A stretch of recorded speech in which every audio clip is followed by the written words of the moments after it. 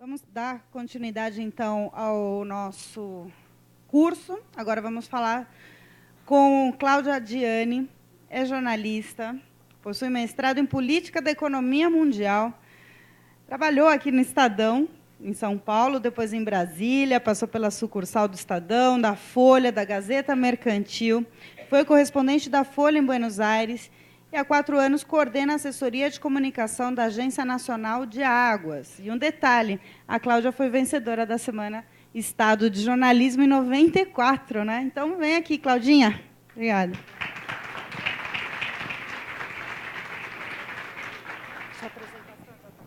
Já não, eu vou colocar rapidinho aqui. Talvez o David queira colocar aqui para mim, porque aí eu vou falando. Você põe para mim, David?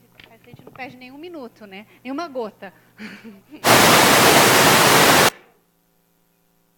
Ah, pronto.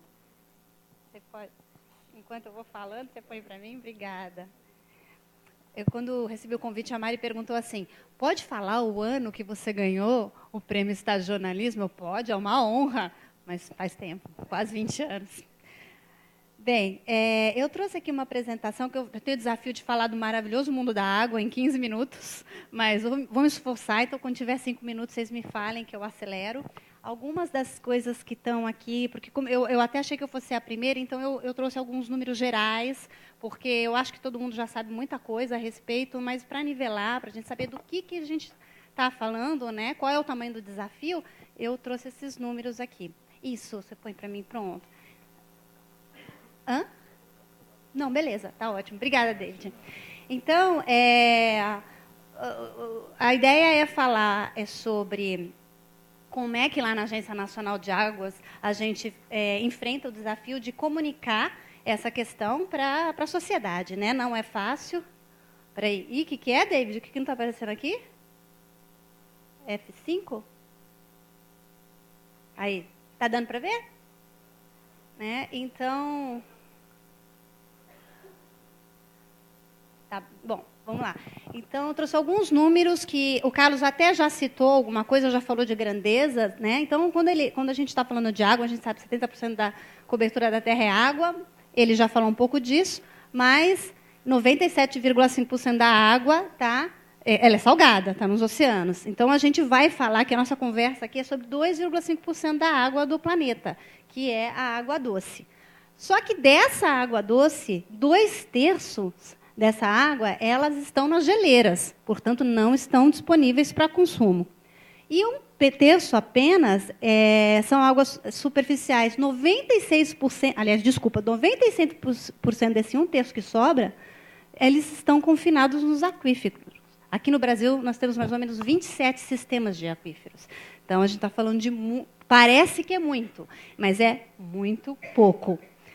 Então, o nosso desafio é esse, porque um dos nossos maiores desafios é fazer com que as pessoas entendam, sair do conforto de achar, porque nós estamos no Brasil, e por aqui passa entre 12% e 13%, aliás, está 12% e 13% da água doce do planeta, e quando a gente considera a água que passa pelo Brasil, sobe para 18%, então, realmente, aqui é onde tem a maior concentração de água. Mas a nossa missão é fazer com que as pessoas entendam que isso não nos deixa numa posição confortável, né? Já a gente vai falar da concentração de água no planeta. Bom, já falo um pouco disso. Então, na verdade, nós temos 80% da água, desse tanto de água, está concentrada na bacia amazônica, onde está a menor parte da população. A maior parte da população está concentrada nas regiões metropolitanas. Aí nós não temos água disponível. Aí nós já precisamos de grandes obras de infraestrutura para buscar a água cada vez mais longe, porque a água que está disponível ela está contaminada, justamente por várias razões, e o principal deles pela falta de tratamento, de coleta e tratamento de esgoto. Bom, aí eu vou falar um pouquinho da ANA para vocês entenderem o que faz a Agência Nacional de Águas. Não entendam isso como uma apresentação institucional, não é chapa branca, detesto isso. É só para vocês, que para falar da ANA eu tenho que falar para vocês o que a ANA faz, até para vocês saberem onde buscar informação como jornalistas. O nosso grande desafio é explicar, a gente perde mais tempo na Agência Nacional de Águas explicando o que a gente não faz do que explicando o que a gente faz. Porque a gente não regula saneamento. Então, serviço de saneamento, diferente das outras agências reguladoras, que elas estão muito próximas do consumidor, porque elas regulam um serviço público, e, além disso, elas atuam na modicidade da tarifa, a ANA não faz isso. O Brasil não tem uma agência reguladora federal para saneamento, né, que vocês sabem, inclui abastecimento, coleta e tratamento de esgoto, manejo das águas fluviais e resíduos sólidos, tudo isso. Bom, então, a ANA não lida com esse assunto. O que ela faz? Eu vou explicar rapidamente o que ela faz para vocês saberem quando nos procurar. Ela vai fazer, principalmente, a regulação do uso nas bacias hidrográficas. Então, ela dá uma licença, que é chamada outorga, para que todos os usuários daquela bacia hidrográfica, daquele rio, tenham uma licença. Ela cadastra os usuários daquela bacia, aí depois ela dá a licença para os diversos usos. Pode ser irrigação, saneamento. A companhia de saneamento é, digamos, um público da ANA, né, porque ela precisa de uma licença para ela usar um rio para fazer a adução da água, e depois ela vai fazer o tratamento e a distribuição.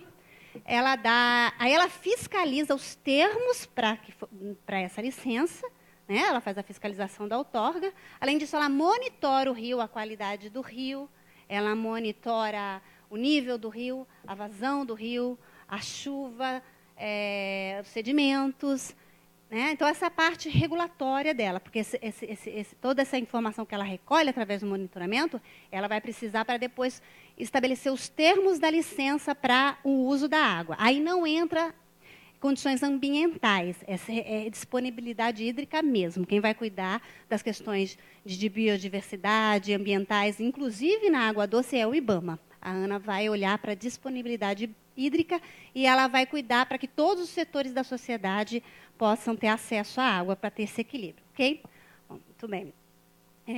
Bom, então por que eu estou explicando tudo isso? Para vocês saberem que, bom, é só a ANA que faz isso? Não. Os órgãos estaduais também fazem isso. Estou entrando nisso para poder explicar que a gente tem uma política nacional de recursos hídricos, que é uma política nova, pouca gente conhece.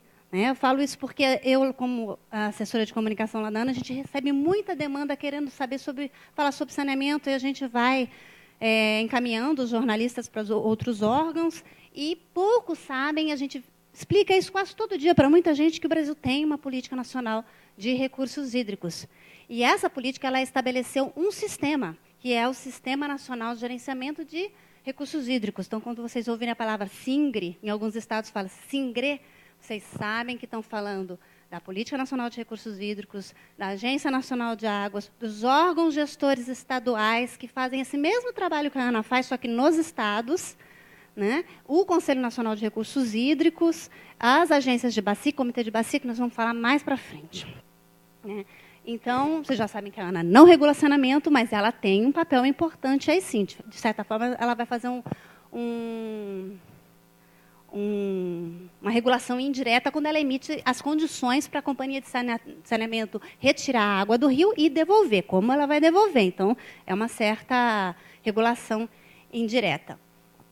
O consumo da água doce nas bacias hidrográficas, ele está concentrado, isso é no mundo inteiro, não é só no Brasil, não, na irrigação.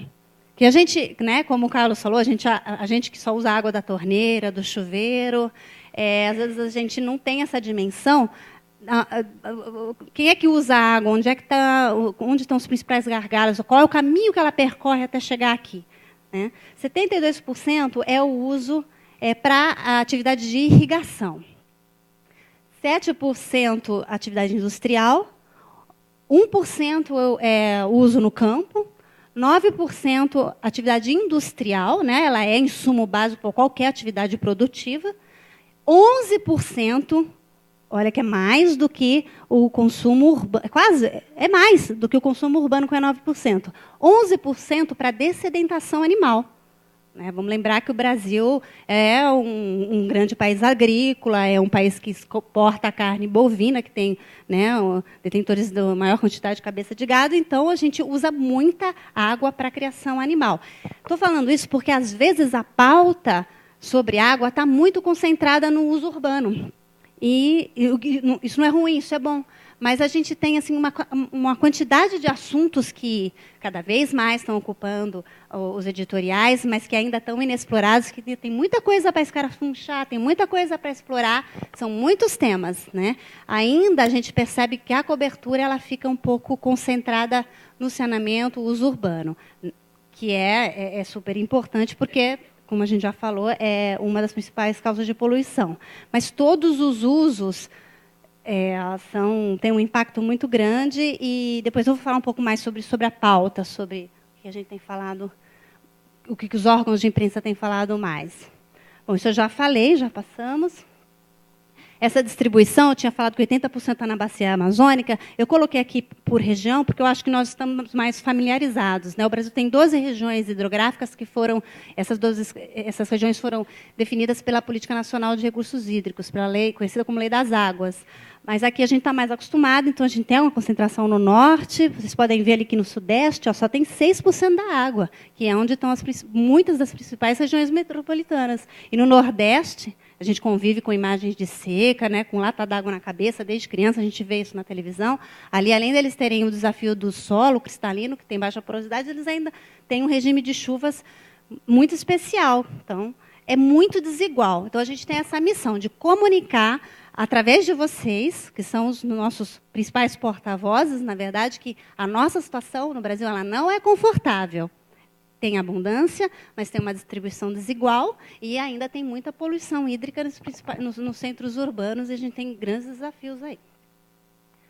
Bom, a cobertura de água é o meu olhar, né, porque o meu olhar ele é via ANA, Agência Nacional de Águas. Então, eu nem sei, eu adoraria ter um levantamento sobre quanto que a água sai na cobertura de imprensa, mas os 5 minutos vão acelerar. Então, eu vou dar o lead, tá? Rapidinho para vocês. Ela está aumentando bastante. A gente tem visto não só veículos especializados, como principalmente na grande imprensa, tem acontecido de ter... Eu tenho percebido, desde que eu comecei a trabalhar na ANA há 4 anos, nos últimos 2 anos, a pauta tem aprofundado. Isso que eu falei, que tem muitos assuntos e às vezes fica muito concentrado só no uso urbano, isso está mudando aos poucos. Mas isso acontece principalmente nas efemérides. Então, por exemplo, Dia Mundial da Água, e tem ajudado muito, a gente tem aproveitado disso. Dia Mundial da Água, aí vem todo mundo faz um caderno especial sobre água, aí a gente aproveita para passar mensagem, para mostrar os desafios, né? Fórum Mundial da Água, que acontece em diferentes países, provavelmente talvez aconteça aqui no Brasil em 2018. Também todo mundo quer saber das pautas, dos temas. Eu até vou falar alguma coisa aqui em defesa do Washington, porque ele também fez com a gente um seminário que a gente faz lá na ANA, e eu também levei uma bronca dele, que eu coloquei no material, jornalista especializado em meio ambiente, e ele me corrigiu e falou, não, sou jornalista. Eu falei, eu corrigi.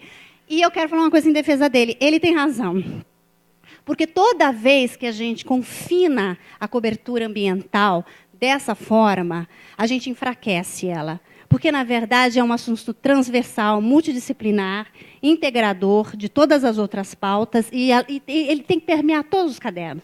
Quando você confina ele no suplemento, ele não vai para a primeira página, ele não ganha a relevância que ele ganha, o jornalista ganha menos do que o jornalista que cobre economia. Então, eu também não gosto. Eu acho que tem que permear tudo. Mas a gente ainda precisa dessa muleta. E está funcionando. Porque os cadernos estão aparecendo. Uma hora a gente tira as rodinhas, mas ainda não chegou esse ponto, infelizmente. Bom, então, como a gente tem uma cobertura pequena de água, o meio ambiente está crescendo e a pauta da água no meio ambiente ela é menor, né? Porque as demandas são tantas de biodiversidade, de floresta, que acaba ficando como o último assunto da fila do meio ambiente. Mas está crescendo. Então, a gente tem aqui algumas ações que a gente faz para atingir a sociedade para além da imprensa. Por exemplo, no Dia Mundial da Água, a gente fez essa campanha de iluminar a esplanada de azul. Foi uma coisa que a gente conseguiu ganhar mídia.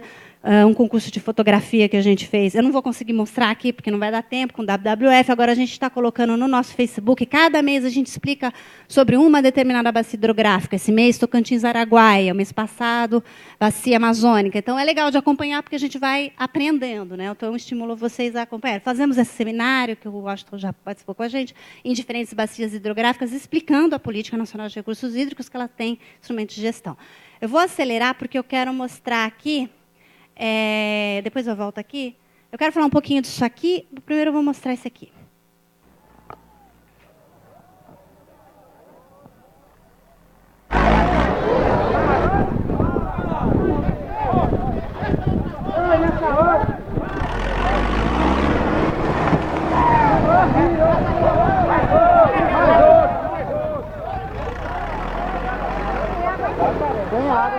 Tem água.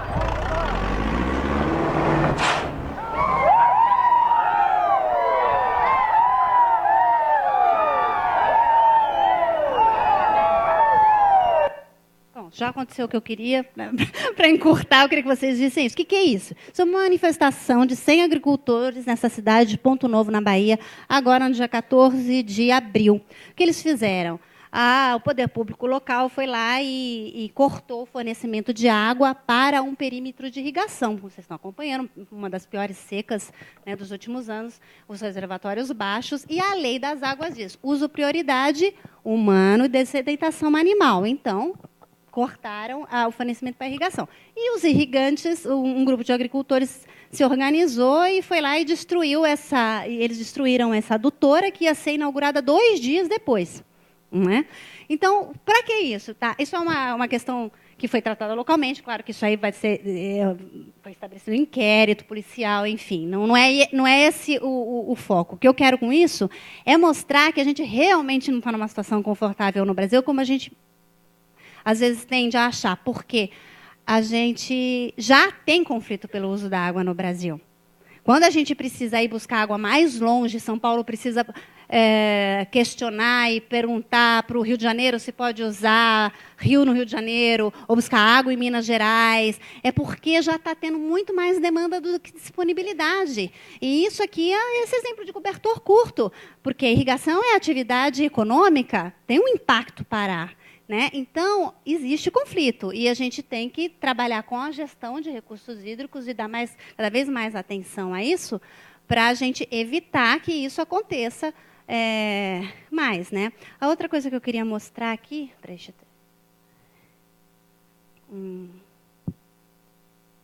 desculpa. Era esse aqui... Também é um caso muito conhecido, que não foi aqui no Brasil, isso aqui nos anos 50, o Mar de Aral, que algumas pessoas sabem, muita gente conhece essa história. Nos anos 50, esse Mar de Aral ele era alimentado por 2 rios, um que vinha do Cazaquistão, posso mais um minutinho, só para encerrar essa história, e outra do, acho que, o Uberquistão, assim que fala? É difícil falar isso aí? É isso aí mesmo. Então, eles vinham... E o Mar de Aral era alimentado por esses 2 rios, e a principal atividade ali era a pesca. Né? E o governo achou, lá naquela época, ex-União Soviética ainda, ele achou que plantar algodão e desviar o curso desses rios para plantar algodão ia ser melhor, ia ter uma atividade... um retorno financeiro e econômico melhor, e foi isso que foi feito. Aí vocês veem o que aconteceu com o Mar de Aral. Em 73, foi uma foto satélite, em 99, em 2009. Secou. Secou por falta de regulação e falta de gestão. Então, isso, aí voltando aqui para o lead, qual que é o lead? Não deu tempo de eu desenvolver tudo que eu queria, mas o lead da mensagem que eu quero passar para vocês é essa, né? Que existem muitas pautas que estão ainda fora do noticiário. A gente falou aqui de Belo Monte, é importante a gente acompanhar, mas tem muitas questões que estão fora. Por exemplo, reservatório. Temos muitos, temos poucos. É impactante construir reservatório, mas será que também não tem um impacto ficar sem reservatório? Porque se você tem reservatório, você pode armazenar água para seca. E se você tem reservatório, você pode fazer a vazão do rio, porque quando você abre uma comporta, você tem um efeito tal no rio, ou na cidade, que está jusante do rio. Então, você também faz essa regulação da vazão do rio. Né? Então, assim, tem muita coisa que ainda a gente não está refletindo através da imprensa. Né? E eu até anotei aqui umas outras coisas para não esquecer, mas já passou o tempo. Então, talvez a gente possa falar dessas coisas nas perguntas, se houver tempo. Né? É isso, eu queria dizer para vocês que tem muita coisa fora. Uma coisa que eu acho que está fora da cobertura, eu não vejo ninguém usar como fonte, são os comitês de bacia. Não deu tempo aqui de falar dos comitês de bacia. Mas os comitês de bacia têm ali população indígena, sociedade civil, ONG, poder público, todo mundo para fazer a discussão daquele corpo hídrico onde ele está inserido. E eu não vejo os comitês de bacia serem usados como fontes. Então, procurem os comitês de bacia, porque ali está todo mundo, vocês vão descobrir muita coisa ouvindo os comitês de bacia. E tem outras coisas também que eu quero falar, mas eu acho que no bate-papo a gente pode continuar. Obrigada.